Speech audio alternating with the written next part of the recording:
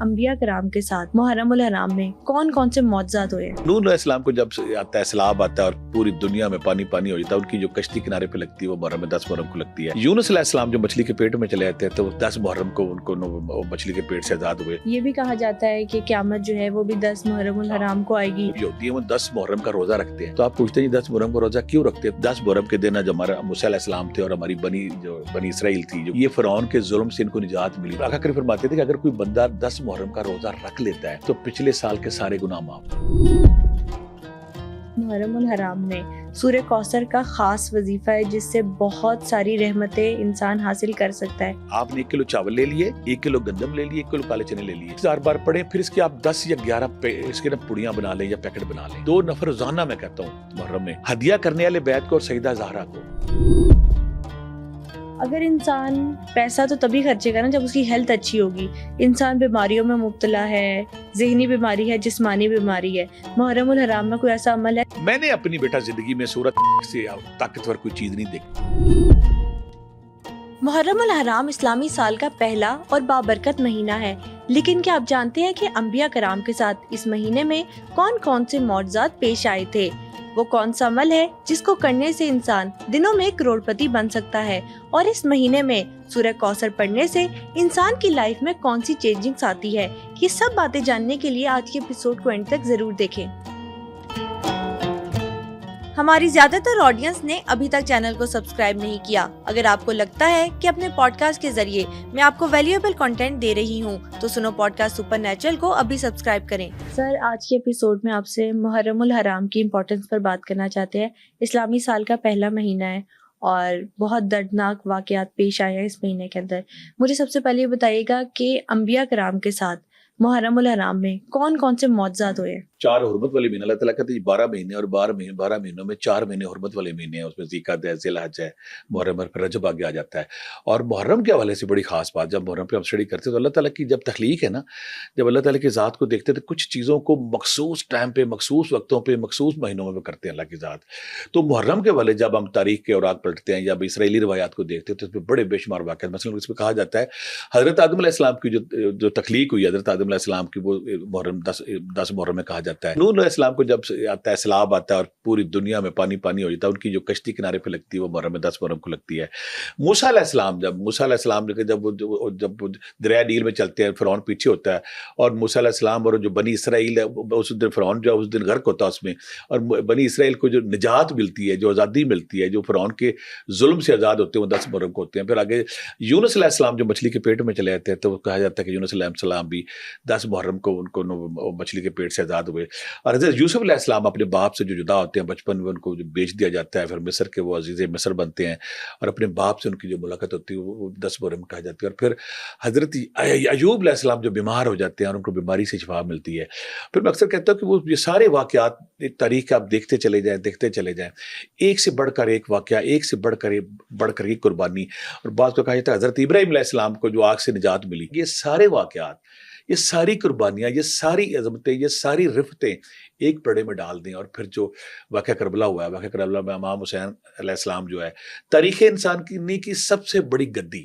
میں کہتا ہوں لوگ اپنی گدی نہیں چھوڑتے، لوگ اپنی روحانی وراثت نہیں چھوڑتے، لیکن جب نانا کے مذہب پہ، نانا کے دین پہ مشکل ٹائم آیا تو مدینہ کی گدی چھوڑ کے جب اپنے جانساروں کے ساتھ، نفوس قدسیہ کے ساتھ وہ کربلا کی طرف بڑھتے ہیں۔ اور پھر ایک طرف وہاں پہ حق و باطل کا جو مارکا ہوتا ہے، حق و باطل کے مارکے میں وہاں پہ انہوں نے ایک نئی تاریخ رقم کی ہے کہ تعداد اور جیت میٹر نہیں کرتی، وقتی جیت، وقتی شکست وہ میٹر نہیں کرتی، تاریخ عالم میں کون جیتتا ہے۔ اس دن تو یزید اور جو شمر تھا وہ جیت گیا، لیکن تاریخ انسانی کے ہر دور میں ہمیشہ کے لیے امر ہو گیا۔ یا میں ایک اور بات کرتا ہوں کہ اللہ تعالیٰ بڑا خوبصورت کرتا ہے، جب وہ کوئی شاہکار تخلیق کرنا چاہتا ہے نا اللہ تعالیٰ، تو کسی شاہکار انسان کو میدان میں اتارتا ہے۔ دنیا میں اس دھرتی پہ جس دور میں کوئی پرابلم آئی ہے، کوئی مشکل آئی ہے، کوئی ٹینشن آئی، تو اللہ تعالیٰ نے ایک غیر معمولی انسان پیدا کیا ہے۔ اسلام کی جو دوبارہ آبیاری یا دوبارہ ترویج ہوئی ہے، یہ اسلام پہ مشکل وقت تھا، آمریت آ گئی تھی اور جو امیہ خاندان نے جو آمریت طاری کر دی تھی اور اسلام کی حقیقی روح مسخ ہو رہی تھی، تو اللہ تعالیٰ نے اپنے سب سے بڑے کریکٹر کو پھر میدان میں اتارا کہ اگر وہ نہ آتے تو قیامت تک کے لیے جو حق و باطل کا نظریہ تھا اس نے فیل ہو جانا تھا۔ اب قیامت تک ایک نظریہ سامنے آ گیا کہ اگر حق ایک طرف حق ہے، ایک طرف باطل ہے، آپ نے تعداد نہیں دیکھنی ہے، آپ نے طاقت نہیں دیکھنی, آپ نے فوج نہیں دیکھنی, مخالف کی قوت کو نہیں دیکھنا, آپ نے حق کے ساتھ جب کھڑے ہونا. تو یہ جو نظریہ حق و باطل کا ہے, یہ دو بیٹا نظریات کا ٹکراؤ تھا اس دن. نظریات کا ٹکراؤ ہونے کے بعد قیامت تک کے لیے اللہ تعالیٰ نے سبق دے دیا کہ ہر دور میں جس بھی دنیا کے خطے پہ جب بھی کوئی حق کی تحریک اٹھے گی تو وہ جو عطر لیں گے, وہ جو خوشبو لیں گے, وہ جو وہاں پر روشنی لیں گے, وہ امام حسین علیہ السلام کی اس دن جو قربانی ہوگی. ساری قربانیاں اس طرح ایک طرف, سارے واقعات ایک طرف, لیکن جو محرم 10 محرم کو امام حسین علیہ السلام کے جانساروں نے کربلا کے میدان پہ شہادت کی تاریخ رقم کی ہے, وہ ان کا پلڑا بھاری ہو جاتا ہے. تو اس حوالے سے محرم جو ہے نا, ہم کہہ سکتے ہیں کہ محرم میں ایک سے بڑھ کر ایک واقعہ ہوا, ایک سے بڑھ کر ایک روح پرور واقعات ہوئے. لیکن امام حسین علیہ السلام نے جب اپنے نانا کے دین کو بچانے کے لیے, خدا کے دین کو بچانے کے لیے, شمر کے خلاف, نمرود کے خلاف, آمر کے خلاف, ظلم کے خلاف, باطل کے خلاف کھڑے ہو کے جو کہ نئی تاریخ رقم کی ہے, یہ صرف آل رسول ہی کر سکتے تھے. میں اکثر کہتا ہوں بیٹا کہ جو آل رسول ہے نا, اہل بیت ہے, اہل بیت کے اندر ایک جو سم ہے, جو نور ہے, جو روشنی ہے, وہ ڈیفرنٹ ہے. یہ عام روشنی نہیں ہے, یہ عام سم نہیں ہے, یہ عام نور نہیں ہے, یہ عام مٹیریل نہیں ہے. یہ کام وہی کر سکتے ہیں. اور پھر بی بی زینب علیہ السلام جو جدید کے دربار میں حق و باطل کی جو تقریر کرتی ہیں, جس جرت کے ساتھ, جس ہمت کے ساتھ, جس للکار کے ساتھ, لگ رہا تھا کہ مولا کائنات حضرت علی رضی اللہ تعالیٰ وہ بول رہے ہیں. یہ اسپیشل نفوس قدسیہ, یہ عام لوگ نہیں. اللہ تعالیٰ نے جب اسلام پہ مشکل ٹائم آیا تو اللہ تعالیٰ نے اپنے خاص کردار, جیسے کہتے ہیں نا, جب آخر میں دجال آئے گا, اور دجال جب پوری دنیا کو قبضہ کر لے گا, پوری دنیا کو بے بس کر دے گا, تو اللہ تعالیٰ اپنے سب سے خوبصورت کریکٹر جو ہے معجزات کے حضرت عیسیٰ علیہ السلام کو اتاریں گے. اسی طرح اسلام میں جب مشکل ٹائم ہے تو انہوں نے جو کربلا کے جو ہمارے مین ہیرو ہے حضرت امام علیہ السلام کو اتارنے کے بعد تاریخ انسانی کو بدل کے رکھ دیا, اور بتا دیا کہ دنیا میں جب بھی ظلم ہوگا, جبر ہوگا, باطل ہوگا, اس وقت حق کی آواز چاہے چھوٹی ہے وہ بلند ہوگی, وہ امر ہو جائے گی, وہ قائم ہو جائے گی, اور تاریخ کو پکڑ کے, صدیوں کو پکڑ کے اپنی نا عظمت اور شہرت وہاں پہ ثبت کر دے گی. بالکل ٹھیک, اور بہت ہی خوبصورت انداز میں آپ نے سمجھایا. یہ بھی کہا جاتا ہے کہ قیامت جو ہے وہ بھی 10 محرم الحرام کو آئے گی, اور 10 محرم الحرام کے بلکہ یوم عاشور کے روزے کی بہت امپورٹنس بتائی جاتی ہے. ہاں جی, جب آقا کریم مدینہ سے ہجرت ہوئی نا مدینہ میں, تو میں حیران ہوتا ہوں کہ جو یہودی قوم ہے نا, آقا کریم کی مدینہ میں ہجرت سے پہلے نا 500 سال پہلے یہودی بہت سارے قبائل مدینہ شریف میں آ کے آباد ہو گئے تھے. آباد ہونے کی وجہ کیا تھی؟ یہ جانتے تھے, یہ قوم ان کی کتابوں میں توراۃ زبور وہاں پہ تھا کہ آخری نبی اس علاقے میں آئیں گے. اس فلسفے کے تحت, اس انتظار کے تحت, اس لاجک کے تحت یہ مدینہ شریف میں آ کے آباد ہو گئے. اب جب ان کو پتہ چلا نا کہ یہ وہ ان کو جو آخری نبی ہے وہ ہماری قوم میں پیدا نہیں ہوئے, تو مشرکین مکہ میں پیدا, قریش میں پیدا ہو گئے, تو یہ جیلسی کا حسد تھا ان کو ان کے ساتھ کہ یہ کیوں ہو گیا. جب آقا کریم مدینہ شریف میں آتے ہیں, اور مدینہ شریف میں آنے کے بعد پھر وہ نا یہ دیکھتے ہیں کہ یہاں پہ جو یہودی ہیں وہ 10 محرم کا روزہ رکھتے ہیں. تو آپ پوچھتے ہیں 10 محرم کا روزہ کیوں رکھتے ہیں؟ تو وہ فرماتے ہیں کہ ہمارے یہاں پہ 10 محرم کے دن جو ہمارا موسیٰ علیہ السلام تھے, اور ہماری بنی اسرائیل تھی, جو غلام قوم تھی ہماری, یہ فرعون کے ظلم سے ان کو نجات ملی تھی. فرعون یہ 10 محرم کا دن تھا جس دن دریائے نیل میں پتاسے کی طرح پگھل گیا تھا, شکر کی ڈلی کی طرح پگھل گیا تھا, اور موسیٰ علیہ السلام اور بنی اسرائیل کا رستہ لے کے نکل گئے تھے. لہٰذا ہم ان کی اس آزادی کے صدقے ہم یہاں پہ روزہ رکھتے. تو آپ نے کہا, آقا کریم نے فرمایا کہ وہ میرا بھی بھائی تھا, موسیٰ علیہ السلام میری. ہم دیکھیں ہمارے مسلمان جو ہیں, ہم باقی لوگوں سے کیوں منفرد ہیں, ہماری عظمت باقی لوگوں سے کیوں بڑھ کے جاتی ہے. یہ جو زنجیر شروع ہوئی ہے 1,24,000 پیغمبروں کی آدم علیہ السلام سے آقا کریم تک, ہم سب کو مانتے ہیں. کرسچن ایک کو مانتے ہیں, باقی کو نہیں مانتے. جو یہودی ہیں ایک کو مانتے ہیں, باقی کو. دنیا میں سارے جتنے مذاہب آپ لے لیں, وہ ایک چیز کو مانتے ہیں, دوسرے کو نہیں مانتے. مثلا میں کہتا ہوں کہ دنیا میں بے شمار مذاہب بیٹا ایسے ہیں کہ جن کی تاریخ 500 سال ہے, کسی کی 300 سال ہے, کسی کے 1000 سال ہے, کسی کی 200 سال ہے.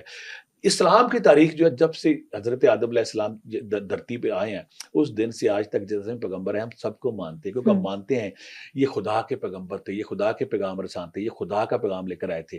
ہم مانتے ہیں. آقا کریم نے فرمایا کہ موسیٰ علیہ السلام میرے بھی بھائی تھے, اگر آپ روزہ رکھتے تو ہم بھی رکھیں گے. پھر آپ نے فرمایا تاکہ ان سے مماثلت نہ ہو جائے, ان کے ساتھ ملے, اگلی دفعہ میں 9ویں کا بھی روزہ رکھوں گا.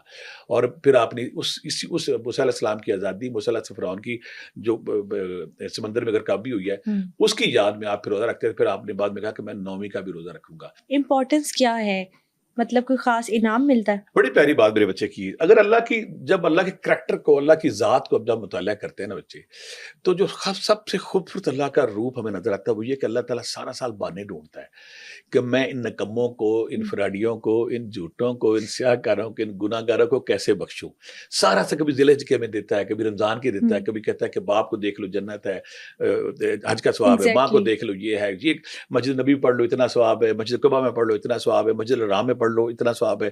سارا سال اللہ تعالیٰ بہانے ڈھونڈتا ہے ہم جیسے نکموں کو. کہتے ہیں نا رب جو ہے 70 ماہوں سے شفیق ہے, تو یہاں پہ اللہ کی ذات کا وہ پہلو کھل کے سامنے آتا ہے. اللہ تعالیٰ فرماتے ہیں کہ آقا کریم فرماتے تھے کہ اگر کوئی بندہ 10 محرم کا روزہ رکھ لیتا ہے تو پچھلے سال کے سارے گناہ معاف ہو جاتے ہیں. اس میں اللہ کی وہ جو شفقت ہے, جو محبت ہے, جو پیار ہے, جو انسان سے جو بہانے ڈھونڈتا ہے, وہ اس میں نظر آتی ہے کہ اگر ایک دن کا روزہ آپ رکھتے ہیں 10 محرم کا, اس کے ثواب, اس کے ثمرات اتنے زیادہ کہ پچھلے سال کے سارے گناہ معاف ہو جاتے ہیں. تو دوسری بات یہ کہ روزہ جب سے نوری شومی نے کہا ہے کہ روزہ جب ہم رکھتے ہیں تو جب ہماری فاسٹنگ 10 سے 12ویں گھنٹے میں داخل ہوتی ہے تو ہمارا جو باڈی کا امیون سسٹم ہے, میٹابولزم, ہماری گندے جو سیل پڑے ان کو کھانا شروع کر دیتا ہے, ہماری بیماریوں کو کھانا شروع کر دیتا ہے. Intermittent fasting. اور دنیا بھر میں چونکہ چرچا ہو گیا, آقا کریم 14 صدیاں پہلے یہ بتایا گیا. دوسری بات ہے کہ اکثر میں کہتا ہوں کہ سورۃ طارق کی جب ہم بات کرتے ہیں تو سورۃ طارق, اب ناسا والے کہتے ہیں کہ اللہ نے فرمایا تھا کہ قسم ہے مجھے رات کی, قسم ہے آسمان کی, قسم ہے اس چیز کی جو رات کو نمودار ہوتی ہے. ایک امی نبی, ان کے بقول جو امی نبی تھے, وہ 14 صدیاں پہلے بتا گئے سورۃ طارق میں وہ جو چمک دار ستارہ ہے وہ کیا ہے. ناسا والے اب جب اس پہ سرچ کرتے ہیں تو ہر اسی طرح جب آپ روزے پہ نوری شوبی نے کہہ دیا, یورپ والوں نے کہہ دیا کہ فاسٹنگ کے بعد انسان کے جسم کے اندر امیون سسٹم بیدار ہوتا ہے, میٹابولزم ٹھیک ہوتا ہے اور ڈیڈ سیل ختم ہوتے ہیں اور ہماری بیمار سیل کی جگہ نئے سیل پیدا ہوتے ہیں. تو پوری دنیا میں فاسٹنگ شروع ہو گیا. ہمارا مذہب کتنا پیارا ہے, رب ذوالجلال کتنے پیارے ہیں. پہلے دن سے آج تک کوئی بھی مذہب ایسا نہیں جو الہامی مذہب تھا, جو خدا کا مذہب تھا, ہر مذہب میں روزہ کہا گیا کہ روزہ رکھے. روزے کی یہ فائدے تھے کہ آپ روزہ رکھیں تو آپ کی باڈی کے اندر چینج آ جائے. اسی طرح جو روزہ یہ بھی کہا گیا ہے, میں اکثر کہتا ہوں کہ جب نوری شومی یا اور سائنسدانوں نے جب کہا کہ آپ کے ڈیڈ سیل مرتے ہیں, بیماری والے سیل مرتے ہیں, تو پوری دنیا اس کی فاسٹنگ پہ آ گئی ہے.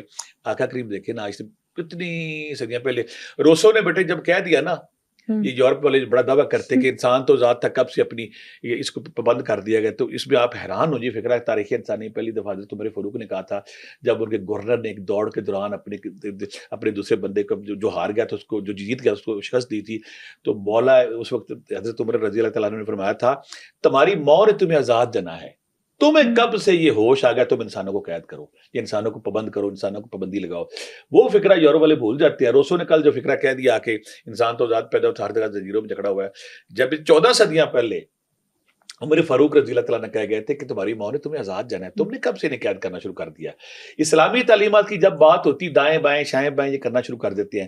اور جب اپنی کوئی بات ہو, دوسری بات میں اکثر کہتا ہوتا ہوں کہ یہ نا جو یورپ ہے اور جو امریکہ ہے, یہ بڑا دعویٰ کرتے ہیں کہ ہمارے پاس ایک سے بڑھ کر ہیرو ہے. کوئی ایک ہیرو لے کے آئے جو امام حسین علیہ السلام کے قدموں سے اٹھنے والی خاک کا بھی برابر کر سکے. پوری ان کی تاریخ بانج ہے, پوری ان کی ہسٹری بانج ہے, پورے ان کے اقوام جتنی بھی اقوام ہے, جیسے یورپی ہے یا ترقی یافتہ قوم ہے یا رشین قوم ہے, دنیا میں چائنا لے لے جو آج کل دعوے دار ہے کہ ہم ترقی یافتہ قوم ہے, ہم انسانی تہذیب کے ممار ہیں, ہم نے انسانی تہذیب کو ایک نئی روپ جہت دی ہے. ایک ہیرو لے کے آئے جو غازی آباد جیسا ہو, ایک ہیرو لے کے آئے جو امام حسین علیہ السلام جیسا ہو. امام حسین علیہ السلام ان کے مقام, ان کی شان, ان کی عظمت رفت تو بڑی دور کی بات ہے. ان کے قدموں سے اٹھنے والی خاک ایک ذرے کے برابر کوئی بندہ میں نظر نہیں آتا, بلکہ ان کے چاہنے والوں میں ہر دور میں. ابھی جو حالیہ دیکھے نا واقعہ ہوا, پوری دنیا جو نا امریکہ بہادر جب بدماشی سے بنا ہوا تھا, تو جو امام حسین علیہ السلام نے جو شمع روشن کی تھی نا کربلا میں, وہی شمع ایران میں نظر آئی ہے. ان کے لیڈر پہ لیڈر شہید ہوتے چلے گئے ہیں, بمباری ہوتی گئی, ایک لمحہ ایسا نہیں ہے. یہ وہ جذبہ تھا, یہ وہ حریت تھی, یہ وہ روشنی تھی, یہ وہ نور تھا. یہ جو چراغ سے اس دن چراغ جلا ہے نا, یہ روزے قیامت تک جب بھی کوئی طاقتور, جب بھی کوئی بدماش, جب بھی کسی مظلوم پہ حملہ کرے گا, اس کو کمزور کرنے کی کوشش کرے گا, تو جو امام حسین علیہ السلام اس شمع روشن کر گئے نا, وہ روشنی, وہ نور, وہ ہمت, وہ جرت, وہ للکار ہمیں اس میں نظر آئے گی. ابھی ایران کا دیکھ لی, میرے امریکہ بہانے ڈھونڈ کے بھاگا یہاں سے. یہ وہ شمع تھی, یہ وہ روشنی تھی, یہ وہ نور تھا جو واقعہ کربلا میں روشن کیا گیا. بہت خوبصورت بات کی آپ نے اور بہت ہی خوبصورت انداز میں سمجھایا بھی. یہ بھی کہا جاتا ہے کہ پہلی سے لے کے 10ویں محرم تک ایک اللہ تعالیٰ کی خاص برکت جو ہے وہ نازل ہوتی ہے. بالکل, اللہ جیسے کہا نا کہ اللہ تعالیٰ یہاں پہ کہتے ہیں کہ اللہ تعالیٰ کہتے ہیں حرمت والے 4 مہینے ہیں, تو اللہ آقا کریم فرماتے تھے کہ جو محرم ہے یہ اللہ کا مہینہ ہے. اب جب اللہ نے کہہ دیا کہ یہ میرا مہینہ ہے تو اس مہینے کے خاص فیوز و برکات ہوں گے. وہ بندہ کو بڑا آدمی جب کہتا ہے نا کہ یہ میرے سے منسوب ہے تو اس کی پھر مہمانداری بھی بڑی ہوتی ہے, اس کے انعامات بھی بڑے ہوتے ہیں. بڑا آدمی اپنی شان کے مطابق دیتا ہے نا. جب اللہ نے کہہ دیا کہ یہ جو محرم ہے یہ میرا مہینہ ہے اور میں اور اپنے سے منسوب کر لیا ہے, اور جب کوئی بڑا پیر انعام دیتا تو انعام بھی بڑا دیتا, بڑا بادشاہ فیاضی برکت دیتا بڑی دیتا ہے. اللہ نے جب کہہ دیا اب میرا یہ اس میں ایمان ہے, اس میں اگر ہم میں دیکھتا ہوں اس کو جو ہمارے مفسرین تھے یا ہمارے عالم, بہت بہت سارے جو صوفیہ کرام وہ کہتے ہیں اللہ نے جب کہہ دیا یہ میرا مہینہ، اب اس مہینے میں آپ کوئی بھی عبادت کرتے ہیں، کوئی بھی دعا مانگتے ہیں، کوئی بھی وظیفہ کرتے ہیں، وہ عام وظیفوں سے ہزاروں گنا زیادہ بڑھ جاتا ہے. تو اس میں ہم کہہ سکتے ہیں کہ باقی مہینوں میں جو آپ کی عبادات ہیں، آپ کی ریاضتیں، آپ کی مجاہدیں، آپ کی تسبیحات ہیں، آپ کی مختلف دعائیں آپ کرتے ہیں، وہ اگر اثر انداز نہیں ہوتی، آپ کے وظیفے کام نہیں کرتے، تو محرم کا مہینہ کیونکہ اللہ نے اپنا مہینہ قرار دیا، یہاں پہ اللہ کی فیاضی، اللہ کی رحمت، اللہ کی شفقت، اللہ کے نوازنے کا جو آرٹ اور مزاج ہے وہ اپنے پورے جوبن پہ ہے. یہاں پہ اگر ہم وہ وظائف اگر ہم بتائیں گے اپنے دیکھنے والوں کو، وہ وظائف وہ ذکر اذکار کریں گے، تو اس کے ثمرات، اس کے فائدے اتنے زیادہ ہے کہ پورا سال کی عبادت ایک طرف، یہ 10 دن کی عبادت ایک طرف. بلکہ میں تو یہاں بچے ایک اور کہوں گا، ہمارے دیکھنے والے وہ جو پہلے 2-3 دن مس کر گئے ہیں، تو میں یہاں یہ کہوں گا ہم جو وظائف ذکر اذکار بتائیں گے پہلے 10 دنوں میں اگر شروع کر لیں تو ختم چاہے جب مرضی ہو جائیں. ایک بات، ہم میری وہ بیٹیاں بہنیں جو جن کے ناگے ہیں وہ شروع نہیں کر سکتی، 10 دنوں میں کسی بھی دن اگر شروع کرتی تو ان کے ثمرات ایک طرف ہے. بلکہ کچھ بیٹیاں ایسی جن کے 10 دن ہی گزر جاتے ہیں، لیکن یہ پورا مہینہ جیسے اللہ تعالیٰ نے کہا ہے کہ یہ میرا مہینہ ہے، تو اس مہینے میں شروع کر کے آپ وظیفہ ختم بھی ہو جائے تو اس کے ثمرات پورے ہیں. آپ اس محرم کے مہینے میں کسی بعض کو ہم شرط لگاتے ہیں عشاء کے بعد کرنا ہے، فلاں ٹائم کرنا ہے، فلاں، یہ ساری ساتیں، یہ سارے گھنٹے، یہ سارے جو ٹائم ہے یہ سارے اللہ کے ساتھ منسوب ہیں. آپ اگر رات کو کر رہے ہیں تو آپ دن کو کر لیں، دن کو کر لیں، فجر کے وقت کر لیں، فجر کو کر لیں، تہجد کے وقت کر لیں، زور کے وقت کر لیں، عصر کے وقت کر لیں. جو ذکر اذکار بتائیں گے آپ کو پوری اجازت ہے آپ جب کریں گے، کیونکہ اللہ نے کہا کہ یہ میرا مہینہ. جب اللہ اپنے ساتھ کوئی چیز منسوب کر لیتا ہے تو پھر وہ اپنی شان کے مطابق، اپنے مقام کے مطابق دیتا ہے. یہ لوٹنے کا موقع ہے یہ بھاری. لیکن یہاں پہ ہمیں ایک بیٹا ضرور خیال کرنا ہے کہ جو ہم جو اہل بیت کے کردار تھا، کریکٹر تھا اور نظریہ حق پہ ان کی جو تھی، ہمیں ان کے نظریات کو، ان کے کردار کو اپنی زندگیوں کا حصہ بنانا ہے. ہم غلطی کیا کرتے ہیں، ہم جلسے جلوس ضرور کرتے ہیں، کرنے کا آپ کو رائٹ ہے کرنے کا. جلسہ جلوس کر کے ہم کہتے ہیں کہ ہماری ڈیوٹی پوری ہو گئی. نہیں، ہماری ڈیوٹی نہیں پوری. اگر ہمارے معاشرے میں ظلم ہو رہا ہے، جبر ہو رہا ہے، مظلوم کے ساتھ زیادتی ہو رہی ہے، اگر ہم اس کی آواز نہیں اٹھاتے تو ہم اہل بیت کے ماننے والے نہیں. ہمیں اہل بیت کے کریکٹر کو، ان کے کردار کو، ان کی سیرت کو اپنے مزاجوں میں جب ہم لائیں گے تو یہ اہل بیت سے عملی محبت کا اظہار ہے. ہم محبت رسول پہ تو جان دینے کا قربان ہے، سیرت رسول ہم ایکسیپٹ کرنے کو تیار نہیں ہوتے. ہمیں اہل بیت کے کردار کو اور ظلم کے خلاف جو لڑنے کا جذبہ تھا اور جو آمری کے خلاف لڑنے کے، اس کو جب آپ اپنی زندگی میں لاتے ہیں، ہمارے دفتر میں، ہمارے معاشرے میں، ہمارے گھروں میں، ہمارے دائیں میں ایک بڑا بدماش ظالم آمر بندہ ہے، ان لوگوں کو لوٹ مار کر رہا ہے، ہم مسلط کے تحت خاموش رہتے ہیں، تو ہم اہل بیت کو نہیں مانتے. اگر ہم اہل بیت کو مانتے ہیں تو ہم نے ظلم کے خلاف آواز اٹھانی ہے، ان کے کردار کو، ان کی سیرت کو اپنی زندگیوں کا حصہ بنانا ہے، تب ہماری محبت پوری ہوگی. یہ بتائیے گا، کہا جاتا ہے کہ محرم الحرام میں سورہ کوثر کا خاص وظیفہ ہے جس سے بہت ساری رحمتیں انسان حاصل کر سکتا ہے. سورہ کوثر میں ایسی کیا خاص بات ہے؟ بڑی پیاری بات ہے. جب ظالمین نے، جب کفار نے، جب مشرکین نے جب تانا دیا کہ آپ کریم کے والے سے، اور تو اللہ تعالیٰ نے پھر سورہ کوثر اتاری، اور اس کے بعد پھر دوسری بات ہے کہ حوض کوثر جو جنتی ہوگا اس کو کائنات کا سب سے بڑا مشروب، سب سے زیادہ لذیذ، سب سے ایمان افروز فرت ہے کہ جو مشروب دیا جائے گا وہ حوض کوثر پہ دیا جائے گا. تو میں کہتا ہوں کہ جب دنیا میں آپ رزق کے والے سے تنگ ہیں، نوکری کے والے سے تنگ ہے، اولاد کے والے سے تنگ ہے، بیماری کے والے سے تنگ ہے، آپ کی زندگی میں کوئی کمی ہے، چاہے اولاد کی ہے، چاہے رزق کی ہے، چاہے صحت کی ہے، چاہے کاروبار کی ہے، چاہے پروموشن کی ہے، چاہے کچھ بھی آپ کی زندگی میں کمی ہے، شادی نہیں ہو رہی، اولاد نہیں، کچھ بھی نہیں ہو رہا، اگر آپ سورہ کوثر کو، میں 3-4 طریقے یہاں پہ بتاؤں گا. اچھا، سورہ کوثر جب پڑھ رہے ہو تو کوئی صدقہ خیرات بھی کرنی چاہیے؟ میں یہاں یہ کہوں گا اگر آپ سورہ کوثر کے حوالے سے جو میں 3-4 وظیفے بتاؤں گا، اس سے پہلے اگر آپ 2-3 کام کر لیں. صدقہ خیرات جو ہے نا وہ بڑی خوبصورت چیز ہے اور موت تک کو ٹال دیتا ہے. 1 کلو چاول، 1 کلو گندم، 1 کلو کالے چنے. آپ نے 1 کلو چاول لے لیے، 1 کلو گندم لے لیے، 1 کلو کالے چنے لے لیے. اس پہ آپ نے یا رزاق کو یا باسط ہو، رزق کے والے سے اللہ کے لیے جو رزق کے نام ہے، یا رزاق کو یا باسط تو 1000 بار پڑھیں، پھر اس کے آپ 10 یا 11 اس کے پڑیاں بنا لیں یا پیکٹ بنا لیں. نماز فجر کے بعد اٹھیں اور کسی پارک میں، کسی گراؤنڈ میں رب کی پرندوں کو، کیڑوں کو، مکوڑوں کو جب رزق ڈالتے ہیں نا، میں نے جس کو یہ عمل بتایا سارا سال پھر اس کی رزق میں کمی نہیں ہے، اس پہ رزق کی بارش ہوئی. تو آپ نے یہ کام کرنا ہے، گندم، چاول اور کالے چنے پہ یا رزاق کو، ایک تو یہ ہو گیا. اب سورہ کوثر میں کیونکہ روزے محشر تو ہمیں سب کچھ ملنا ہے. چونٹیوں کو، جانوروں کو کھانا کھلانا بھی صدقہ ہے؟ بالکل صدقہ. میں یہاں پہ وہ بات کروں، موسیٰ علیہ السلام جب کوئی طور پہ گئے نا، تو موسیٰ علیہ السلام نے اللہ سے کہا کہ اللہ میاں میں بڑا کنفیوز رہتا ہوں کہ مجھے سمجھ نہیں آتی کون سی نیکی کروں، کون سی چھوڑ دوں. تو میں کنفیوز ہوں، مجھے آج اللہ میاں بتا کہ اگر تو زمین پہ آئے اور تجھے ایک نیکی کا موقع ملے، صرف ایک نیکی، تو کون سی نیکی کرے گا؟ تو اللہ تعالیٰ نے فرمایا کہ اگر میں بندہ بنوں اور میں زمین پہ آؤں اور مجھے یہ اتھارٹی دی جائے, مجھے یہ رعایت دی جائے ایک نیکی کرنی ہے, تو میں کسی بھوکے کو کھانا کھلاؤں گا. وہاں پہ اللہ نے یہ نہیں کہا کہ انسان کو, وہ بھوکا درخت بھی ہو سکتا ہے, بھوکا پرندہ بھی ہو سکتا ہے, بھوکا کیڑا بھی ہو سکتا ہے, مکوڑا بھی ہو سکتا ہے, سمندری مخلوق بھی ہو سکتی ہے. اللہ تعالیٰ کا وہ فرمان ہے کہ مجھے مسجد نبوی کے اندر بیٹھنے والے جو اعتکاف ہے اس سے بہتر ہے, روزے سے بہتر ہے, حج سے بہتر ہے, عمرے سے بہتر یہ ہے کوئی انسان اعتکاف چھوڑ کے کسی انسان کی مدد کرے. اسی طرح میں کہتا ہوں یہ جو مخلوق ہے یہ رب کی مخلوق ہے. جب آپ رب کی مخلوق کو خدمت کرتے ہیں, سرو کرتے ہیں, ان کو ریلیف دینے کی کوشش کرتے ہیں, تو آپ کہیں نہ کہیں رب کو کر رہے ہوتے ہیں. رب کہتا ہے کہ جب کوئی میری مخلوق کی خدمت کرتا ہے نا, میں اس کو کرتا ہوں. لہٰذا آپ اگر گرمی آ گئی ہے, اپنے گھر میں 2 کنالیاں رکھ لیں, ایک میں آپ رات کا کھانا انسانوں کو بالکل نہیں دینا, یہ غلطی نہیں کرنی, انسانوں کو, سکورٹی گارڈوں کو, چگی والوں کو پرانا کھانا نہیں دینا, کو فریش کھانا دینا ہے. اگر آپ کے چاول شاول بچ گئے, پرندوں کے میدے طاقتور ہوتے ہیں, وہاں رکھ دیتے ہیں, اور ساتھ پانی رکھ دیتے ہیں. جس گھر سے پانی پرندے پیتے ہیں, جس گھر سے آ کے وہ اناج کھاتے ہیں, وہاں پہ برکتی نہیں ہوتی. یا پھر مجھے ایک حاجی صاحب ملے, کرپتی آدمی تھے. میں نے حاجی صاحب سے کہا کہ حاجی صاحب اپنی زندگی کو نچوڑ بتائیں کہ آپ کرپتی اتنے یتیم خانے بنا دیے ہیں, اتنے اسپتال بنا دیے ہیں, اتنی فیکٹریاں ہیں, کہ آپ اتنے امیر کہ 100 بندے کو آپ عمر حج کراتے ہیں, اتنا پیسہ کہاں سے آ گیا؟ کہتے میرے 2 عمل ہیں. ایک تو میں یہ کرتا ہوں کہ میں نا جو روزانہ نا پرندوں کو سالوں سے صبح اٹھتا ہوں, میں نے مختلف پوٹلیوں میں ایک پوٹلی پکڑتا ہوں, اس پہ یا رزاق کو یا باسے تو پڑھتا ہوں, جا کے پرندوں یا کیڑوں کو ڈال دیتا ہوں. یعنی کہ میری یہ اسم اعظم ہے, میرا یہ نچوڑ ہے. اس کے علاوہ ایک اور بیٹا, مجھے ایک بندہ قاتل, جیل کے ایک دفعہ گیا, مجھے ایک بندہ قاتل ملا. کہتے ایک دفعہ میں نا آپ صوفی آدمی, میں آپ کو ایک بات بتاتا ہوں. میں کیا کہتا, بات یہ ہے کہ میں ایک بندے کو, مجھے پیسے ملے کہ فلاں بندے کو قتل کرنا ہے, تو میں نا روزانہ صبح اٹھ کے جا کے نا اس کی بیٹھ جاتا. وہ صبح نا ریلوے ٹرین پہ آتا تھا, ٹریک پہ, اس نے ہاتھ میں کوئی پڑے, کبھی چاول, کبھی گندم, کبھی باجرہ پکڑا ہوتا, کبھی روٹیاں, کبھی چاول. وہ آ کے نا وہاں پہ کیڑوں اور پرندوں کو ڈالتا تھا. کہتا 3 دفعہ میں نے کوشش کی, میری گولی نہیں چلی, تو میں ڈر گیا. میں کیا بات ہے؟ پھر میں اس بندے سے ملا جا کے, میں جو بندے مجھے پیسے دیے, تو میں کہا اس کو میں نہیں مار سکتا, کیونکہ جس پرندے کو, جس کیڑے کو, جس مکوڑے کو, جس حشرات الارض کو, چیونٹیوں کو وہ صبح رزق دے رہا ہے, تو اللہ نے اس کی ڈیوٹی لگائی ہوئی ہے, وسیلہ بنایا ہے اللہ نے. میرے بس سے باہر ہے. کہتا میں نے اس سے معافی مانگی, اور معافی مانگنے کے بعد مجھے سزا ہوگی, تو آج بھی میں مشلیرہ بناتا ہوں اس انسان کو.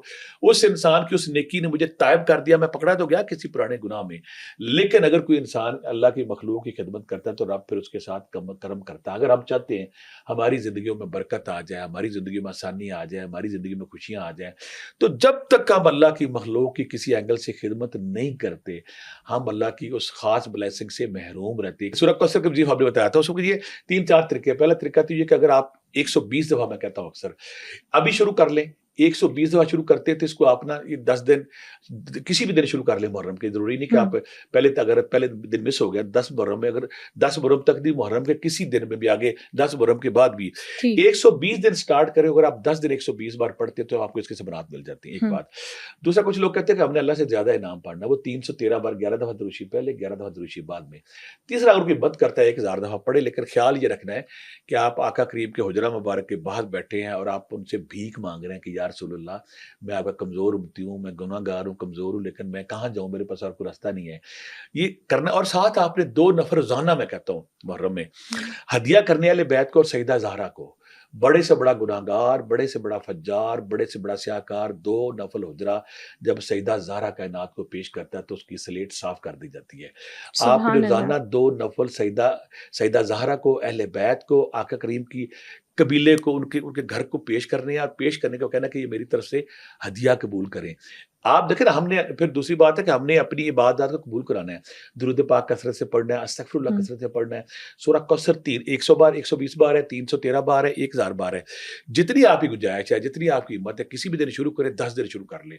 کچھ لوگ کہتے ہیں کہ مجھے اس کا نشہ لگ گیا تھا. اگر میں مشورہ دوں گا, اگر آپ سورہ کوثر 120 دفعہ پڑھ لیتے ہیں, 10 دن آپ کی ڈیوٹی پوری ہوگی, اس کو جاری رکھتے ہیں, تو میری زندگی میں ایک بندہ بھی ایسا نہیں آیا جو کروڑ پتی نہیں بنا, جو پتی جس کے پاس پیسے نہیں. پیسوں کی بارش ہوتی ہے, پیسے آپ پہ عاشق ہو جاتے ہیں. عاشق کس طرح ہوتے ہیں کہ پرانے سے پرانی بلڈنگ لے لیں, وہ تو ویٹ ہو جائے گی, کلر زیادہ زمین لے لیں ویٹ ہو جائے گی.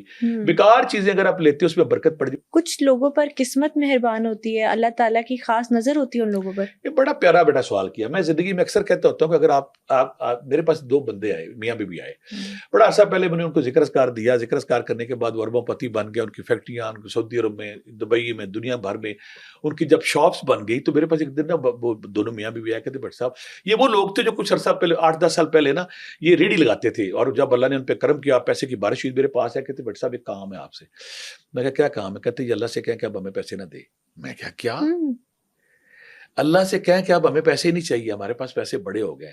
کہتے 5 سے 6 ارب روپیہ تو ہمارے پاس نقد پڑا ہوا ہے, 5 سے 6 اور لاہور کی کوئی بڑی مارکیٹ نہیں جہاں پہ ہماری دکان نہیں ہے, ہمارے سعودی عرب میں, دبئی میں شو روم میں, پیسہ بے تحاشا آ رہا ہے. میں کہ ہوا کیا؟ کہتا جب ذکر اذکار کیے, تسبیحات کی آپ نے بتائیں, تو رب ہم پہ راضی ہو گیا. کہتا میرے پہ رب کی مہر ہو گئی. مہر کسے کہتے کہ میں جو کام کرتا ہوں, مٹی سونا بیکار پلاتا لیتا ہوں, دکان ہٹ ہو جاتی ہے, بیکار مٹی زمین لیتا ہوں ہٹ ہو جاتی ہے.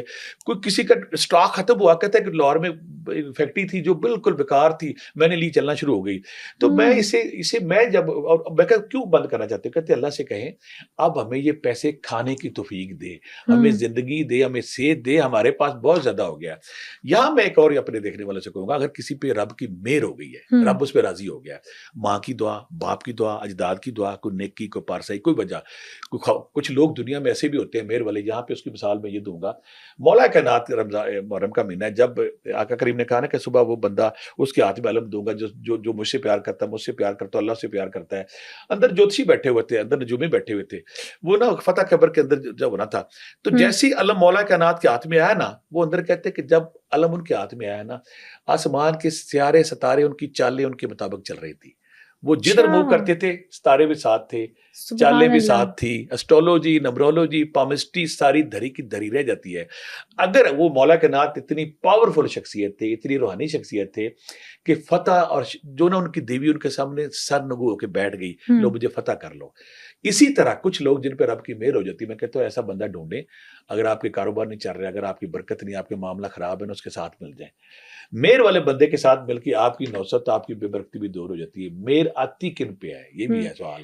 مطلب ہاں کن لوگوں پہ؟ وہ بڑے نیک ہوتے ہیں جن لوگوں پر قسمت اگر مہربان آپ ہوتی ہے. ظاہری نیکی کی طرف, پارسائی کی طرف جائیں, تو میں یہ نہیں کہوں گا اللہ کی اس میں حکمت ہے, بہت سارے ہمارے جو نیک لوگ ہیں بیچارے سفید پوشوں میں آتے ہیں. مہر کن پہ آتی؟ جو انسانوں کو ریلیف دیتے ہیں, جو انسانوں کو برکت دیتے ہیں, جو انسانوں کی زندگی میں آسانی لانے کی کوشش کرتے ہیں. ایک, اور جو سر سے پاؤں تک الہی رنگ میں رنگ جاتے ہیں. 2, اور تیسری جو رب جب ان پہ کوئی چیز مہربان نہ ہو تو اس وقت بھی راضی رہتے ہیں. راضی باللہ. وہ جو میاں محمد بخش کیا گئے نا, ہمارے دیکھنے والوں کو سمجھ آ جائے گی, میں بار بار ریپیٹ کرتا ہوں. جنہ دکھاں تے دلبر راضی ہو نا تو سکھ وارے. اگر میرا دلبر, میرا محبوب, میرا رب میرے دکھوں پہ راضی ہے نا, میں سکھ ان پہ واری کرتا ہوں. دکھ قبول محمد بخشا راضی رہن پیارے. غلام فرید کیا بات ہے, جے میرا سونا میرے دکھاں تے راضی تے میں سکھاں نو چلے پاواں. یعنی کہ راضی باللہ بیٹا یہ ہے کہ آپ رب کی آزمائش آ گئی, چھوٹی بڑی مشکل آ گئی, کوئی بیماری, کوئی پریشانی, کوئی ٹینشن, تو رونا پٹنا شروع کر دیا. جو راضی باللہ ہوتا ہے نا, جو الہی رنگ میں رنگا ہوتا ہے, کہتا ہے یہ بھی میرے رب دی مرضی, میں اتھی بھی راضی. جب آپ رب کو ہر حال میں راضی ہو جاتے ہیں, ان پہ پھر مہر ہوتی ہے. مہر کیسی ہوتی ہے؟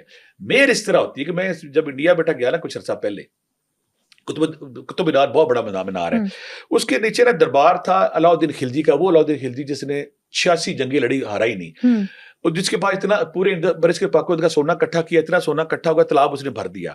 اس نے ایک چلاکی کی. چلاکی اس نے یہ کی, چلاکی اس نے کہا کہ میں جب مروں گا تو میرے بعد اس نے نا 500 بندے, 500 حافظ قرآن صبح لگائے, 500 حافظ قرآن شام کو لگائے, کہ یہ میری قبر پہ فاتحہ کریں گے تاکہ مرنے کے بعد مجھے صفیوں و برکات ملتے رہیں.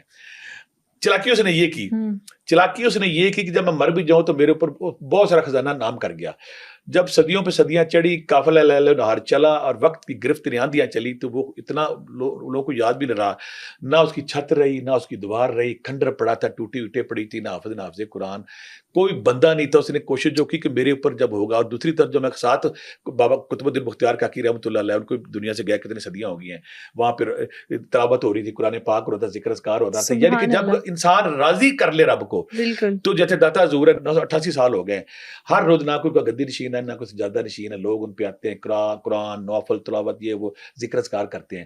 اللہ جب کسی پہ راضی ہو جائے تو لوگوں کے دلوں میں اس کی محبت ڈال دیتے, اسے کہتے ہیں مرجع خلائق ہو گیا, پھر لوگ دیوانہ وار اس کی طرف دوڑتے ہیں. ہمارے جو صوفیہ کرام انڈیا میں جب گیا قطب الدین بختیار کاکی رحمۃ اللہ علیہ, ہزاروں کا مجمع لگا ہوا کوئی بتانے والے, جب امیر خسرو رحمۃ اللہ علیہ گیا ہوں, نظام الدین اولیاء گیا ہوں, پھر میں بابر صابر کلی مجدد ثانی رحمۃ اللہ علیہ گیا ہوں, ہر دربار پہ لوگ دیوانہ وار جیسے کوئی نا ایک زنجیر ہے جو نظر نہیں آ رہی, کھینچ کے لا رہی لوگوں کو, ان کے دلوں میں محبت ہے. اسے کہتے ہیں اس پہ مہر ہوگی ہے جب کوئی رب کو راضی کر. اس کی آسان میں مثال دیتا ہوں, ہمارے دیکھنے والے کے بات لمبی ہوگی. بابا فرید الدین گنج تنگر فرماتے ہیں کہ پہلے 20 سال میں نے وہ کام کیا جو رب چاہتا تھا. پہلے 20 سال میں نے وہ سارے کام کیے جو رب چاہتا تھا. اب 20 سال جو میں کہتا ہوں وہ رب کرتا ہے. اب 20 سال جو ہیں اب رب راضی جو ہو چکا, جب رب راضی ہو, پہلے 20 سال میں وہ کرتا جو رب کہتا تھا, ایسے کرو میں کرتا رہا. اب جب بیر ہوگی, رب راضی ہو گیا, اب جو میں کہتا ہوں رب وہ کرتا ہے, اسے کہتے ہیں رب کی بیر ہوگی. اچھا, یہ تو آپ نے بتایا کہ اللہ جن لوگوں سے راضی ہوتا ہے, اللہ کی نظر کرم جن لوگوں پر ہوتی ہے. ایک بات آپ نے کی تھی کہ وظیفہ اگر کسی بھی دن محرم کے بیچ میں سٹارٹ کر لو تو وہ کام کرے گا, لیکن اکثر لوگ اسپیسیفک تعداد میں بھی پڑھ لیتے ہیں, وظیفہ ان کا اثر ہی نہیں کرتا. کیوں نہیں وظیفہ اثر کرنے کی وجہ کیا؟ یہ بڑا اچھا سوال ہے, بڑا اہم سوال تھا میرے بچے کا. وظیفہ اثر کرنے کے لیے ہم کیا غلطی کرتے ہیں؟ اگر ہم وظیفہ کسی کو نقصان پہنچانے کے لیے کرتے ہیں وہ وظیفہ اثر نہیں کرتا. ایک بات, اگر ہمارا ہم نے حلال نہیں کھایا اور حرام کھاتے ہیں, دوسری بات ہے. ہم نے بیٹی کو حق نہیں دیا, بہن کو حق نہیں دیا, اپنے پڑوسی کو تنگ کیا, وظیفہ اثر نہیں کرے گا. ہمارا سینہ بھرا ہوا نفرت کینے بغض سے, لوگوں کو نقصان پہنچانے کے والے سے, وظیفہ اثر کیسے کرے گا؟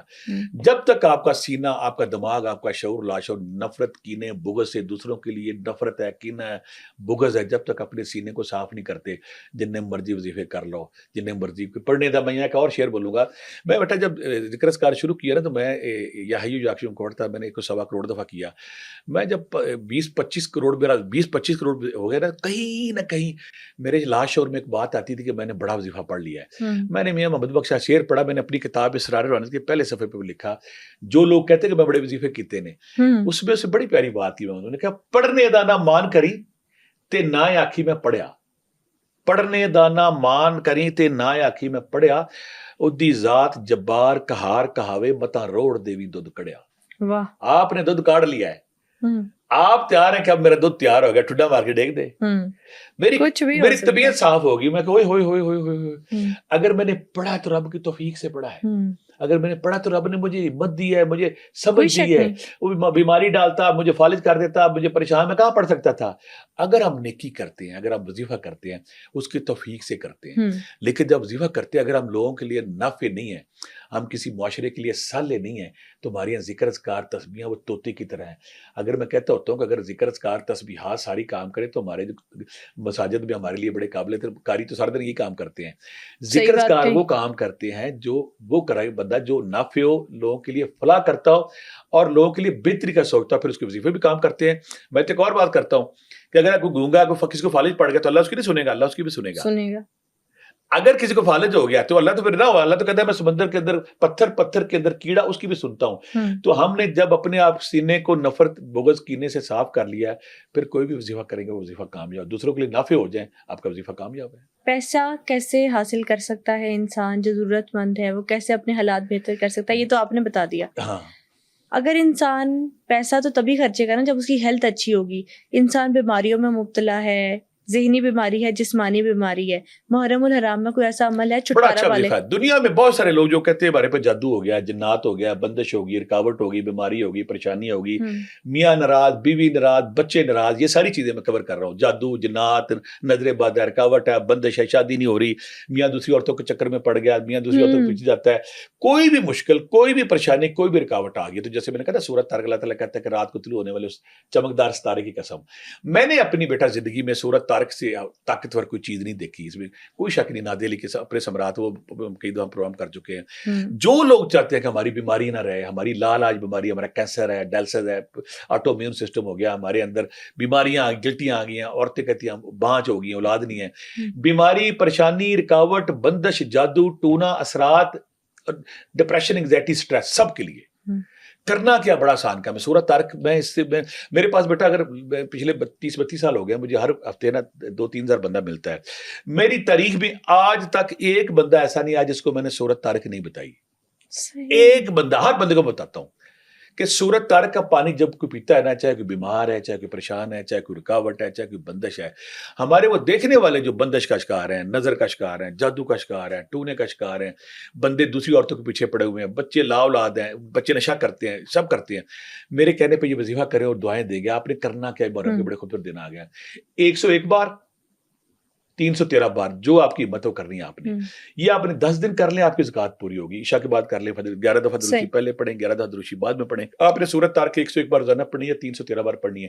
جب آپ کے 10 دن پورے ہو گئے, اس کے بعد آپ نے 11 بار یا 13 بار معمول رکھنی ہے. آپ کی زندگی میں آپ کے اندر وہ نور و روشنی آ جاتی ہے. آپ کی زندگی میں نہ رکاوٹ رہے گی, نہ بیماری رہے گی, نہ پریشانی رہے گی, نہ بندش رہے گی, نہ ڈپریشن رہے گا, نہ انگزائٹی رہے گی, نہ فرسٹریشن ڈپریشن رہے گا, نہ آپ کا میاں دوسروں کی طرف جائے گا. آپ نے اس کو اپنا معمول رکھنا, اس کی زکات دے لیں تاکہ آپ کی زندگی سے یہ ساری نوستیاں اور بیماریاں دور ہو جائیں. اچھا, یہ تو پڑھائی کا عمل آپ نے بتایا, کوئی ایسا عمل بھی ہے, کوئی جس طرح سے لوگ کہتے ہیں محرم الحرام میں نیاز دلانی چاہیے, سبیل لگانی چاہیے, اس طرح کا کوئی عمل بھی ہے جو انسان کو محرم الحرام میں بڑھ چڑھ کر کرنا چاہیے؟ میں اس میں کہتا ہوں امام حسن علیہ السلام کا دسترخوان پوری تاریخ انسانی میں مشہور ہے. آپ جیسا دسترخوان کوئی نہیں چاہتا تھا.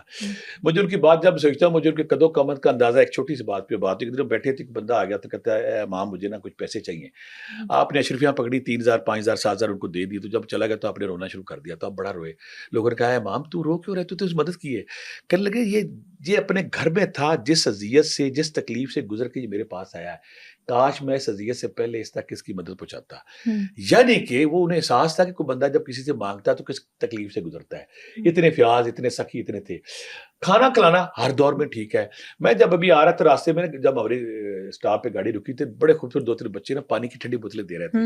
جب میرے ہاتھ میں ٹھنڈی بوتل آئی, پہلا گھونٹ میرے حلق سے اترا تو میرے دل سر سے پاؤں تک میں کشکول بن کر اس کو دعا دی. اگر آپ یہ خیال کرتے کہ اہل بیت کے ساتھ, آقا کریم نے بڑی پیاری بات کی ہے, جس نے اہل بیت سے محبت کی اس نے مجھ سے محبت کی, جس نے مجھ سے محبت کی اللہ سے محبت کی, جس نے اہل بیت سے بغض رکھا اس نے مجھ سے بغض رکھا, جس نے مجھ سے بغض رکھا اس اللہ سے بغض. اہل بیت میرا کنبہ ہے, میرے جگر گوشہ رسول سب کچھ ہے. ان کی یاد میں اگر آپ یہ خیال کرتے کہ ان کا پانی روکا گیا تو اگر آپ پانی کی سبیل لگاتے ہیں اس سے بڑا عمل کو نہیں. اگر آپ کھانا دیتے ہیں اس سے بڑا عمل کو نہیں.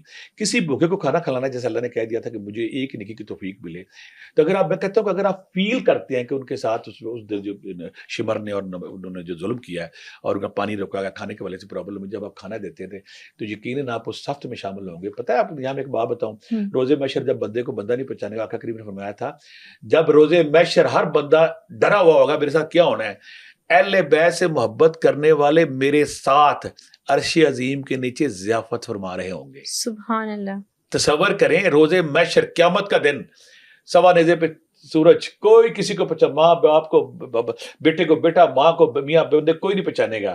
اور جب افراتفری کا عالم کا یہ عالم وقت اللہ آقا فرماتے ہیں کہ اس دن جب کوئی کسی کو نہیں پہچانے گا, جو اہل بیت سے پیار کرے گا, اس دن وہ عرش عظیم کے نیچے جو خاص ضیافت بندہ ہوتا ہے, جب کسی کھانے پہ جاتا ہے تو صدر کا اسپیشل ٹیبل لگتی ہے, وی آئی پی سیٹس لگتی ہیں, وی آئی پی سیٹ. اس دن جو وی آئی پی سیٹ ہوگی اس دن اہل بیت سے محبت کرنے والے میرے ساتھ ہوں گے. تو اگر آپ یہاں پہ, میں کہتا ہوں آپ اگر آپ کسی کو کھانا کھلاتے ہیں, پانی کی سبیل لگاتے ہیں, تو یہ بہت بڑا عمل ہے.